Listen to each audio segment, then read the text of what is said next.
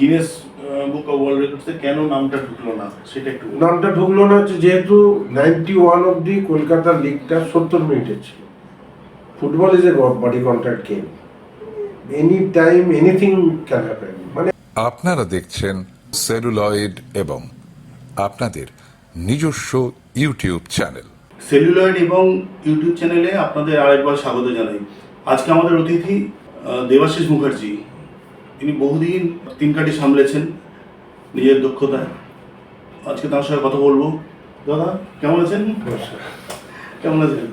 ঠিক আছে। আমার অবস্থাটা চিন্তা করুন, আপনার মানে জামাইয়ের বাড়িতে এসে হাজির হয়েছি। মানে তুমি না জেনে এসেছো? না মানে আপনার জামাই যে তিনি আমি জানতাম, সেটা আমি জানতাম। জানি না তখন আপনার সঙ্গে যখন কথা বলছি আপনি বললেন আমি মেয়ের বাড়িতে চলে আসতাম, না ক্যালকুলেট করতে পারিনি মনে হচ্ছে। প্লাস আজকে তো দেখে মানে আসার সময় মনে হচ্ছিল আমাদের না, আপনি তো বালি উত্তরপাড়া। আচ্ছা, বালি উত্তরপাড়া থেকে তো বহু প্লেয়ার, বহু একটা সময় তো প্রচুর ছেলে, ভালো ভালো ছেলে এসছে আমাদের হুগলি ডিস্ট্রিক্ট থেকে, হাওড়া ডিস্ট্রিক্ট থেকে, কিন্তু এখন বাঙালি ছেলে নেই তো। মনমানে একটা শুভাশিস, হ্যাঁ ইস্ট বেঙ্গলে একটা কি দুটো পাওয়া যাবে, ওই সৌভিক মধ্যখানে আছে। বলতে কি সবই তো মানে সবই তো বাইরে। মানে বাঙালি তো নেই, বিদেশি সব ম্যাক্সিমাম বিদেশি অন্য প্রভিন্সে দেখো province বাঙালি তো আছে, বাঙালি ডেফিনেটলি আছে, এখনো কোয়ালিটি আছে, কিন্তু আমাদের যা বাংলার ফুটবল যা সিস্টেম, তাতে বাঙালি ছেলে উঠে আসার স্কোপ কম। কেন এরা কেউ চিন্তা ভাবনা করছে না, না করছে রাজ্য সরকার, না করছে পেরেন্ট বডি আইএফএ। যে 2-2.5 মাসের একটা ক্যালকাটা ফুটবল লিগ যদি চালু হয়, 2-2.5 মাসে শেষ করে দিচ্ছে, তাহলে বাকি 9.5-10 মাস কি করবে ছেলেগুলো? তাদের ভবিষ্যৎ কি? টুর্নামেন্টে নেই, কিছুই নেই। তাহলে তারা খেলবে, আর সব একদম নিম্নবিত্ত গরিব ঘর, পভার্টি লাইনের নিচ থেকে আসছে, তাদের পয়সার দরকার, তারা খেলছে, এখানে ওখানে পয়সা দিচ্ছে, এই করে নষ্ট হয়ে যাচ্ছে। আমরা তৈরি করতে পারছি না, এটা আমাদের ব্যর্থতা। নাহলে বাংলায় এখনো যা ট্যালেন্ট আছে ইন্ডিয়ার যে কোনো জায়গা থেকে অনেক অনেক অনেক বেশি, কিন্তু ওই দুর্ভাগ্য দেখছো নর্থ ইস্টে, এখন নর্থ ইস্টের প্লেয়াররা ছেলেরা কোথায় চলে যাচ্ছে? সব টিমে নর্থ ইস্টের ছেলে, কেন ওরা ধরে নিয়েছে যে দুটো জায়গা, একটা হচ্ছে পড়াশুনো আর একটা হচ্ছে খেলাধুলো, এর বাইরে কিন্তু নিজেকে দাঁড় করানোর কোনো ট্রেনটা কিন্তু সেই বাইচুং রেডিসি ওই ওখান থেকে শুরু হয়ে গেছে। পরে আস্তে আস্তে কেন মধ্যিখানে তোমার এই 2000-এর 3-4-5 মন মানে তোমার নামটা ভুলে যাচ্ছি, স্ট্রাইকার নর্থ ইস্ট থেকে এসেছিল, ওরা একটুখানি কি একটু নেশা বেশি করে, ওদের লাইফস্টাইলটা অন্যরকম ছিল। এখন কিন্তু ওরা পুরো চেঞ্জ করে ফেলেছে, ওরা খুব ডিসিপ্লিন হয়েছে এখন আসছে, যে কারণে ওরা এত সাকসেস পাচ্ছে। মানে লড়াকু জানতো আর কি লড়াকু কোথায়? ছোট চেহারা, ওদের লোয়ার পোর্শন ভীষণ স্ট্রং। কেন পাহাড়ি ছেলেদের স্ট্রং হয়, ওরা এত ওঠানামা করে, বাঙালিরা সেইভাবে সাকসেস। আর আমাদের এখানে দেখো, আমাদের এখানে হচ্ছে এতগুলো টিম রয়েছে ক্যালকাটা ফুটবল লিগে, 5th ডিভিশন থেকে রয়েছে, প্রিমিয়ার, এতগুলো টিম, এত ছেলে খেলছে, ছেলে কই? সন্তোষ ট্রফিতে রেজাল্ট নেই, ছেলে কই? তাহলে ছেলেগুলো কই?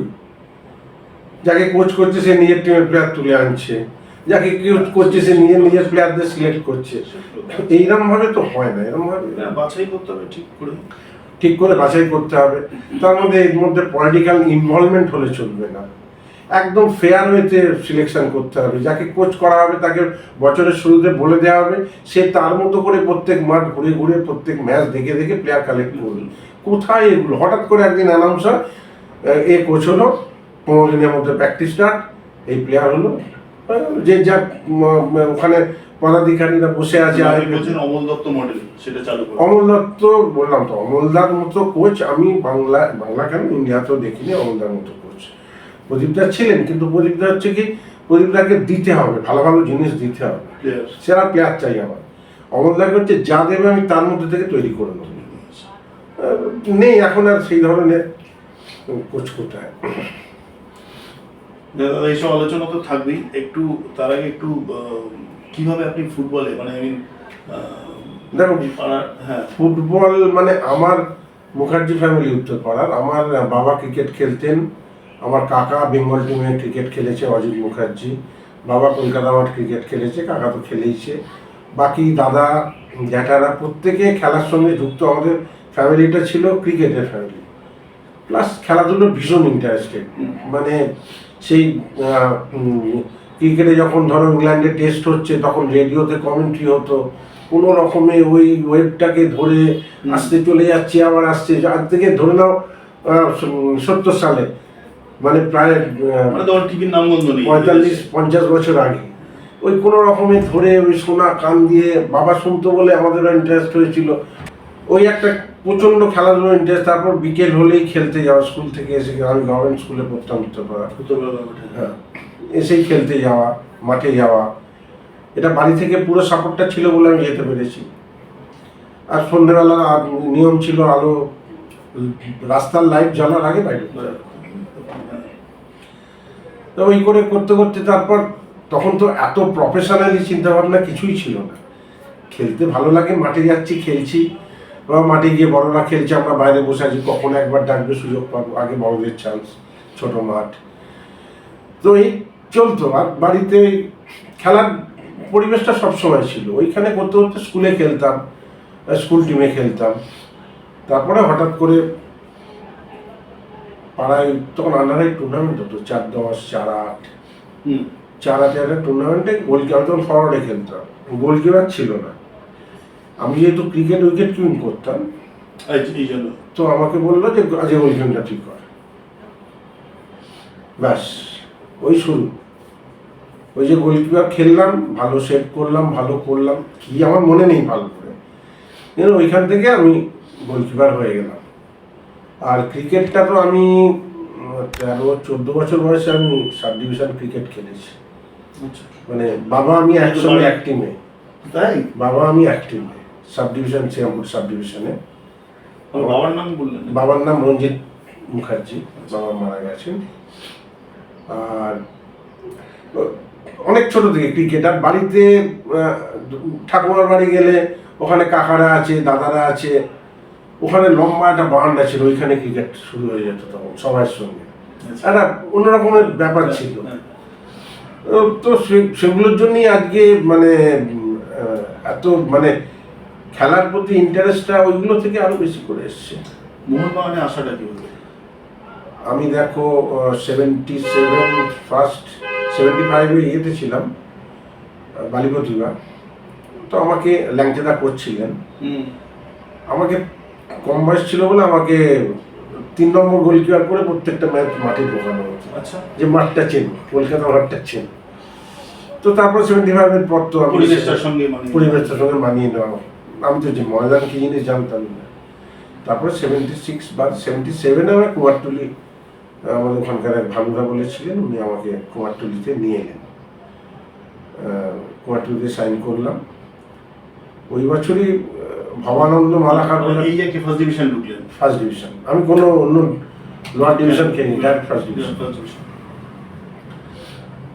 ওখানে ভবানন্দ মালাকার বলে সিনিয়র গোলকিপার ছিল, ও খেলতো।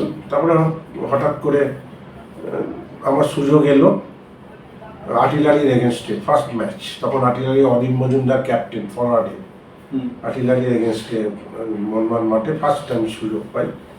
তারপরে খেলতে খেলতে ইস্টবেঙ্গল ম্যাচ খেলি, ইস্টবেঙ্গল ম্যাচ 2 গোলে হারি, সুরজিৎ ইস্টবেঙ্গলে খেলছে, 2 গোলে হারি, কিন্তু আমি ভালো খেলেছিলাম, শুনেছিলাম, আমি নিজে জানি না, কেন তখন অত টিভি দেখা এসব কিছু ছিল না।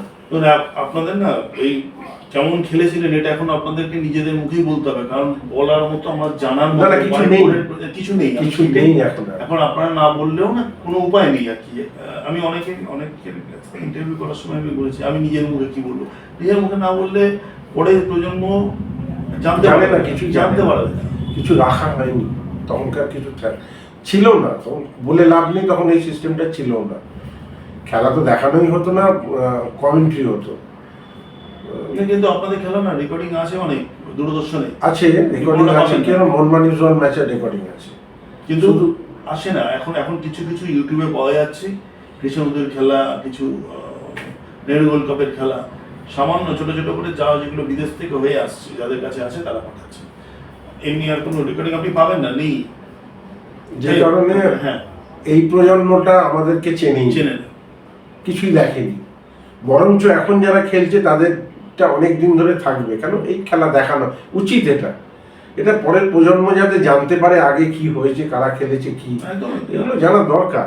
এগুলো না জানলে তো কিছুই জানা হলো না।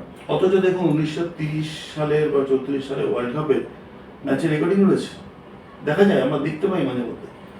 ওদের চিন্তা করে চালানো হতো, ওদের চিন্তা ভাবনা অন্য রকমের ছিল, আমাদের চিন্তা ভাবনা এত, এখনো বলছি না ফুললি প্রফেশনাল হয়েছে, এখন আমি বলছি না, পুরোপুরি ইন্টারেস্টের ওপর, কর্পোরেটের ইন্টারেস্টের ওপর অনেক কিছু চলছে, পলিটিক্যালের ওপর চলছে। ফুললি প্রফেশনাল হলে তবেই তো ইমপ্রুভমেন্টটা দেখা যাবে। সেই প্রফেশনালিজমটা এখনো সেইভাবে আছে না। আমরা বলছি আমরা প্রফেশনাল হয়েছি, কিন্তু সব দিক থেকে হচ্ছে না যেটা হওয়া দরকার। যাই হোক, আবার আপনার এরিয়ার শুরুতে একটু ফিরে যাই, তারপরে এখানে খেললেন। তারপর কুয়ারটুলিতে ইস্টবেঙ্গল ম্যাচ আমি বললাম, একটা মোটামুটি একটা পরিচিতি তখন হয়ে গেছে, মানে পাড়ায় লোকজন যে ও খেলছে, একটা টিমে খেলছে, কুয়ারটুলিতে খেলছে, কাগজের পেপারে নামটা একটু একটু বেরিয়েছে। তো সেবারই ওই বিসিসিআই ট্রফি আন্ডার-19 বেঙ্গল টিমে সিলেক্ট হই। আচ্ছা। তো হয়ে আমরা কটকে ছিল, শঙ্কর দা কোচ ছিলেন, বিশু ক্যাপ্টেন ছিল, বিশ্বজিৎ ভট্টাচার্য বিশু ক্যাপ্টেন ছিল, মতি সিং ছিল, সুমিত ছিল, সুমিত বাগজি, অমিত বাগজি, ডেনিস উইলিয়ামস, দিলীপ পাল 1 নম্বর গোলকিপার ছিল, আমি সেকেন্ড ছিলাম। আমরা চ্যাম্পিয়ন হই। তো বিসিআর চ্যাম্পিয়ন হয়ে আসার পর নেতাজি ইন্ডোরে জ্যোতি বসু তখন তো চিফ মিনিস্টার, আমাদের সম্বর্ধনা দিয়েছিল, আংটি দিয়েছিল একটা করে, আছে ছোট সোনার আংটি। তা ওইবারই ইস্টবেঙ্গল তখন স্বপনদা ফুটবল সাইডে ছিল, ইয়ে তোমার ইনকাম ট্যাক্সে কাজ করতো স্বপনদা।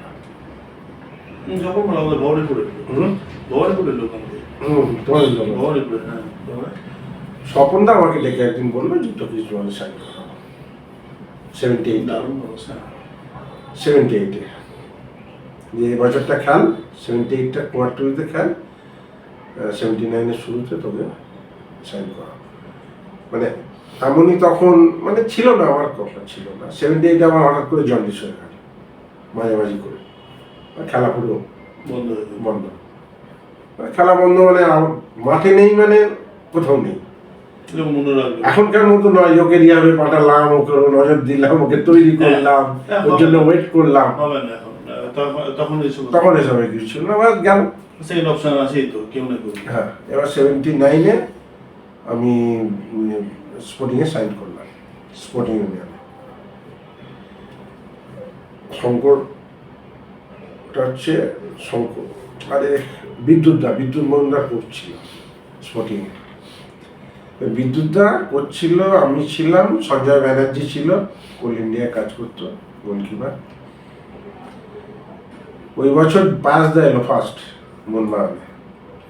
তারপর একটা rest of Calcutta versus Mohun Bagan একটা এক্সিবিশন ম্যাচ ছিল মোহনবাগান মাঠে। বিদ্যুৎদা যেহেতু করছিল, বিদ্যুৎদা আমাকে নিয়েছিল এই টিমে। বিশুও ছিল, ক্যাপ্টেন ছিল বিশু। ওই ম্যাচটায় আমরা 1 গোলে হারছিলাম, ফার্স্ট হাফে 1 গোলে হারছি। শেষের দিকে বিশু গোলটা শোধ করলো, 1-1 হয়েছে, তখন জাস্ট হাফ টাইম হবে, 1-1 হয়েছে। আমি র্যাম্পারের দিকে ছিলাম না, উল্টো দিকে ছিলাম, এদিকটায় ছিলাম। আমি 18 গজের ওপর উঠে হাততালি দিচ্ছি, গোল করেছি বিশু, আমরা 1-1 করেছি। ওদিকে সেন্টার হচ্ছে, পাঁচদা পায় বল, পাঁচদা দুবার বলটা নাচিয়ে মারলো, হাওয়ার পরে ছিল ওদিক থেকে। আমি ভেবেছি আমি পড়ে গেলাম, বল গোলে ঢুকে গেলাম। 2-1, কান গরম হয়ে গেছে। আমি হাফ টাইমে বিদ্যুৎদাকে এসে বলছি আমি আর খেলবো না, আমাকে বসছিলাম, না তোকে খেলতেই হবে। তো আমি খেললাম, 2-1 নিয়ে হারলাম। তো এই হচ্ছে মানে এই ঘটনা একটা হয়েছিল, আপনাকে আমি একটু মনে করাবো। সেই মাঠে আমিও খেলা দেখছি, আপনি মোহনবাগানে খেলছেন, সরব দায়ের পাশ থেকে সেন্টার থেকে শট মেরেছিল, আপনি ওরকম এগিয়ে এসেছিলেন কিছুটা, মাথার স্বরূপ দাস শরৎ দাসের শট একদম মাথার ওপর থেকে জাস্ট একদম মানে আপনি জাস্ট মোহনবাগান ভালো খেলছিল সেই ম্যাচটা, একদম সেন্টার থেকে শট মেরেছিল শরৎ দাস। স্বরূপ কন্টিনিউ ছিল ইস্ট বেঙ্গলে কোন বছর? এই এক্সাক্ট ইয়ারটা আমি এক্ষুনি মনে করতে পারছি না, কিন্তু এই খেলা একদম আমার চোখের সামনে দেখা। শরৎ দাসের সঙ্গে এটা নিয়ে আমার আলোচনা হয়েছে। মোহনবাগান মাঠে না, তাহলে সল্টলেকে সরলেকে আপনি এগিয়ে এসেছিলেন এবং পুরো টিম তখন উঠে ওপরে, শরৎদার পায়ে বল পড়ে সেন্টার থেকে একদম শট এক্সাক্ট জানি, আমার ঠিক খেয়াল পড়ছে না, হতে পারে আমার ঠিক খেয়াল পড়ছে। একদম মানে স্পষ্ট মনে আছে আর কি। সেন্টারে ওখান থেকে ওই একদম ওইভাবে তুলে দেয় আর কি পিছন দিক থেকে। এটা আপনি বললেন বলে মনে পড়লো। হ্যাঁ, যাই হোক, তারপরে ওই 79-80 স্পোর্টিংয়ে 81-তে 81-82 সালকেতে সাইন করলাম, ঝন্টুদা ছিলেন সালকেতে। তখন আমি ক্রিকেটটা ফুল ফ্লেজে খেলছি, কুমারটুলিতে ক্রিকেট খেলেছি 1 বছর, তারপরে সিসিবিতে খেলছি, ফুল ফ্লেজে খেলছি। তখন ঝন্টুদা এসে সাইন করালো, বললো ক্রিকেটও খেলতে হবে, ফুটবলও খেলতে হবে। ব্যাস ওই 4 বছর আমি সালকিয়াতে ছিলাম ফুটবলে, 82, 83, 84, 85, 4 বছর সালকিয়া। তার মধ্যে সিএসসিতে চাকরি পেয়েছিলাম 82-এ আর 80-তে, 16ই আগস্ট আমার মনে আছে, যেদিন এখানে মনমানি হলো, ওই 16ই আগস্ট আমি ফার্স্ট সিএসসিতে জয়েন করি বেরিয়ে এসেছিলাম। খেলায় মাঠে ছিলাম, উল্টো দিকে ছিলাম, যা ঘটনা ঘটেছিল তার উল্টো দিকে ছিলাম। ওই তারপরে 80-তে তো আমি ঢুকলাম, 82 থেকে 85 4 বছর সালকিয়া ফ্রেন্ডস। তার মধ্যে ক্রিকেট খেলছি, অফিসের হয়ে ক্রিকেট খেলছি, এখানে ক্রিকেট খেলতে রঞ্জিত ইয়েতে কী বলে ট্রায়ালে ডাক পেয়েছিলাম। 84-85-এ আমি রঞ্জিত লাস্ট 20-তে ছিলাম। আমার ওই সিএবির বইটাও আছে, আমার অরুণলালের চেয়ে ওপরে আমি ছিলাম রানেতে। কিন্তু অফিসের অল ইন্ডিয়া সিলভার টুর্নামেন্ট ছিল দিল্লিতে, আমি চলে গেছিলাম, উপায় নেই, অফিস যেতেই হবে, তো ন্যাচারালি আর ফার্দার ক্রিকেটার। তারপরে 86-এ আমি ক্রিকেট খেলেছি, মনমানে সাইন করেছি 86 সালকেতে ক্রিকেট খেলেছি। মানে মনমানে খেলা আছে, আমি খেলবো না, কিন্তু ওখানে ফার্স্ট হাফটা খেলে ব্যাটটা করে দিয়ে আমি বেরিয়ে চলে এসেছি। মানে নো টাইম একটা 63 বা 65 একটা করেছিলাম যে তাড়াতাড়ি যেতে হবে, এ করে বেরিয়ে চলে এসেছিলাম। ওই লাস্ট আমার খেলা ক্রিকেট প্রফেশনালি, লাস্ট। তারপর দেখলাম দুটো একসঙ্গে করা যাবে না। আর তোমার খুব কম প্লেয়ার কিন্তু আছেন ক্রিকেট এবং ফুটবল সমানভাবে খেলেছেন, চুনি গোস্বামীর পরে সুনিদা খেলেছেন, আছেন আরো কয়েকজন আছেন হয়তো খেলে, কিন্তু এই প্রফেশন মানে না এইভাবে খেলা সময় কাটানোর খেলা হয়তো অনেকে খেলেছেন, ভালোবেসে খেলা যেটা ভালোবেসে খেলা। তারপরে 85-এ সালকিয়া ফ্রেন্ডস হলো, ওই 86-এ আমাদের ওখানে একটা ডিওয়াইএফআই এর টুর্নামেন্ট স্টার্ট হয়েছিল 86-এ ক্রিকেট, প্রথম হয়েছিল। মানে সব সেরা টিম নিয়ে, 8টা সেরা টিম নিয়ে, আর ওই ওখানকার টিমে সব এখানকার বেঙ্গলের প্লেয়াররা ছিল, বরুণ ছিল, সনদ ভট্টাচার্য ছিল, সবাই ছিল, সাগর ছিল, হিমাদ্রি ছিল, সুনীত সোম ছিল, সবাই প্রত্যেকে ছিল, মানে আইবি ছিল। ওইটাই আমি, আমার লোকাল টিম ছিল নেতাজি ব্রিগেড, চ্যাম্পিয়ন হয়েছিল। আমি সেমিফাইনাল ফাইনাল দুটোতেই সেঞ্চুরি করেছিলাম। তো ফাইনালে আমি ব্যাট করছি, তখন আর 1 রান বাকি, বরুণ বল করছে, আমাকে বরুণ এসে বলছি একটা ওয়াইড করে দেবো, তা তো সেঞ্চুরিটা হবে না, জিতে যাবি, মানে ওরা তো এই টাইপের ঘরে গিয়ে তোমার ইচ্ছে হলো তুমি করবে। তো আলটিমেটলি ও মানে করতে পারেনি, আমি সেঞ্চুরিটাও করেছিলাম, আমরা ম্যাচটা জিতেছিলাম। মানে ক্রিকেটের একটা অন্য পরিবেশ, মানে ক্রিকেট তখন মানে দারুণ জায়গা, আমিও ক্রিকেট দারুণ জায়গা, তখন ভাবছি ফুটবল ছেড়ে দেবো কিনা। এইরকম অবস্থা, হ্যাঁ ফুটবল খেলা, ফুটবলে সেইভাবে হচ্ছে না, ক্রিকেটটা আমি মানে ভীষণভাবে তখন ক্রিকেটটা খেলছি। আর বাড়িতে বাবার গাইডেন্সটা ভীষণ থাকে, বাবা ভীষণ মানে শ্যাডো করানো, বলা, কথা বলা, মানে ব্যাট তখনকার দিনে ওই ছোট ছোট পিন দিয়ে, তাতে লিনসিড অয়েল ছিল, লিনসিড অয়েল ব্যাটে সরিয়ে বাথরুমের মধ্যে রেখে সিজন করা, এগুলো সব ছিল তখন, করতাম এইগুলো, মানে তো পুরো ক্রিকেটের পরিবেশ আর কি, পুরো ক্রিকেটের পরিবেশ। তারপরে সেটা আস্তে আস্তে বল মেরে মেরে মেরে মেরে তৈরি করা ওটা, এখন তো সব রেডিমেড পাওয়া যায়, অসুবিধা নেই। ঠিক ঠিক। তো হঠাৎ করে ইসমাইল খান থেকে একদিন সকালবেলা পল্টুদা, জীবনদা এসে হাজির আমার বাড়িতে। পল্টুদা জীবনদা এসছে মানে বিরাট ব্যাপার। 79 এর পরে আবার 86-এ পল্টুদা জীবনদা এসে হাজির। আমি তো বাড়িতে একটা ঘরের মধ্যে কোনো রকমে, আমার তখন মেয়ে হয়ে গেছে, মিসেস রয়েছে, কোনো রকম বিছনা টিছনা পরিষ্কার করে মেয়েকে কোলে নিয়ে, লুঙ্গি পরে মেয়েকে কোলে নিয়ে ওদের ঢুকিয়েছি বাড়িতে। এসে কথাবার্তা বলেছে, বলে টলে বলে ঠিক আছে তোকে জানাচ্ছি, বলে জীবনদা পল্টুদা চলে গেল। কিছুদিন না, দিন 5-7 পরে খবর পাঠালো যে না, ওর বয়স হয়ে গেছে, বিয়ে হয়ে গেছে, বাচ্চা হয়ে গেছে, ও কি খেলবে বলে দিল। ঠিক আছে, কি করা যাবে, একটু হতাশ হয়ে গেলাম, খারাপ লাগলো। তখন বাড়ি থেকে হঠাৎ করে সব ঠিক হলো, আমরা যাই পুরী বেড়াতে, পুরী বেড়াতে চলে গেলাম।